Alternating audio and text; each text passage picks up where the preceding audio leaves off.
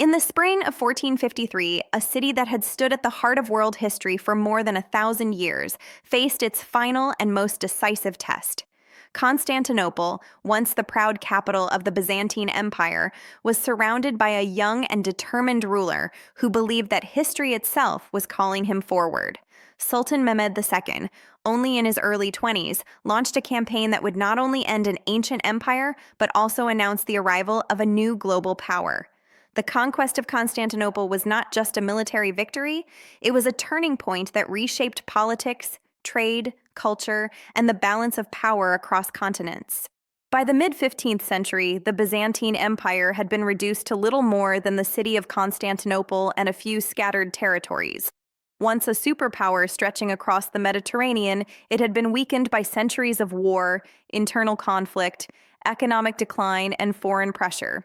Its walls were still legendary, but its population was small, its treasury nearly empty, and its allies unreliable. The city survived largely on reputation and history rather than real strength.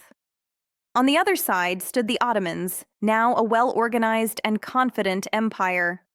After recovering from earlier setbacks, they had expanded steadily across Anatolia and the Balkans.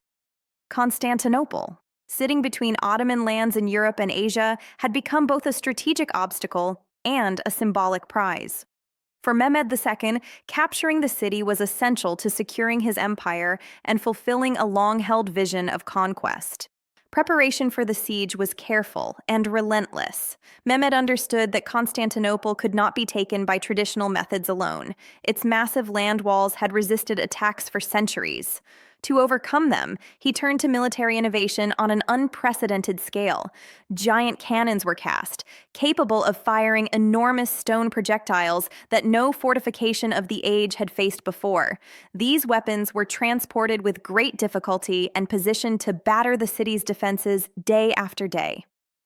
In April 1453, the siege began. Ottoman forces surrounded Constantinople by land, while the fleet blockaded it by sea.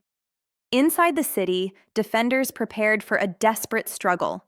Though outnumbered and undersupplied, they relied on the strength of their walls and their experience in siege defense. For weeks, cannon fire shook the ground, opening cracks and breaches that were repaired each night under cover of darkness. Mehmed's tactics were bold and relentless. When naval defenses blocked access to the Golden Horn, he ordered ships to be dragged over land on greased logs, bypassing chains and fortifications. This stunning maneuver allowed Ottoman vessels to appear where defenders least expected them, tightening the noose around the city. It was a clear demonstration of flexibility, creativity, and determination. Psychological pressure played a key role. Continuous bombardment, surprise attacks, and the visible scale of Ottoman forces wore down morale within the city. Supplies dwindled, exhaustion spread, and hope of external rescue faded. Despite appeals to Europe, meaningful help never arrived. The defenders were left to face the final assault largely alone.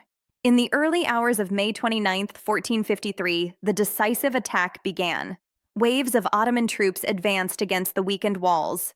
After hours of intense fighting, a breach was exploited, and Ottoman soldiers poured into the city. Resistance collapsed rapidly. By morning, Constantinople, long seen as unconquerable, had fallen. The capture of the city marked the official end of the Byzantine Empire. An imperial line that traced its roots back to ancient Rome came to a close. Yet for Mehmed II, the conquest was not about destruction alone. Almost immediately, he moved to secure order and stability. Looting was brought under control, and measures were taken to protect key buildings, including churches, libraries, and infrastructure. Mehmed declared Constantinople the new capital of the Ottoman Empire, renaming it Istanbul. This decision reflected both strategy and vision. Positioned between Europe and Asia, the city was ideally located to control trade routes linking the Mediterranean, the Black Sea, and the Silk Road networks beyond. Istanbul quickly became a hub of commerce, drawing merchants from across the world. The transformation of the city was swift. Mehmed encouraged repopulation, inviting Muslims, Christians, and Jews to settle in the capital. Religious communities were granted autonomy under Ottoman rule, allowing them to manage their own affairs while contributing to the economic life of the city. This policy helped revive Istanbul's economy and restore its multicultural character. Architectural and cultural renewal followed. Palaces, mosques, markets, and schools were constructed, blending Byzantine heritage with Ottoman design. The city became not just a political center but a symbol of imperial ambition. Istanbul stood as a bridge between civilizations, absorbing influences from east and west while projecting Ottoman power outward.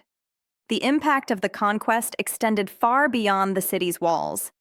In Europe, the fall of Constantinople sent shockwaves through courts and capitals.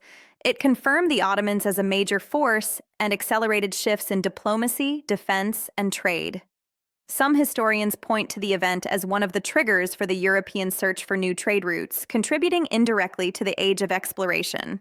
For the Islamic world, the conquest carried immense symbolic weight. It fulfilled long-held aspirations and elevated Mehmed II's status as a world ruler. Known thereafter as the Conqueror, he positioned himself as heir not only to Ottoman tradition, but also to Roman imperial legacy, ruling over a city that had been central to global history for centuries. Militarily, the siege demonstrated a new era of warfare. Massive cannons and coordinated assaults showed that even the strongest medieval fortifications were no longer invincible. The success of these methods influenced military planning across Europe and Asia, accelerating the transition toward gunpowder-based warfare. Perhaps most importantly, the conquest proved the maturity of the Ottoman state. This was not a fragile empire dependent on constant expansion for survival. It was a structured, resilient power capable of governing one of the world's greatest cities. Administration, law, and economic management followed conquest with efficiency, ensuring long-term stability.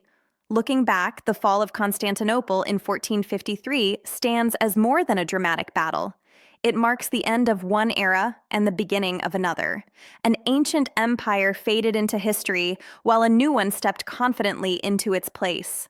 Istanbul emerged not as a conquered ruin, but as a revitalized capital, shaping the political and cultural life of regions far beyond its borders. For Sultan Mehmed II, the victory secured his place in history. For the Ottomans, it confirmed their role as a global power.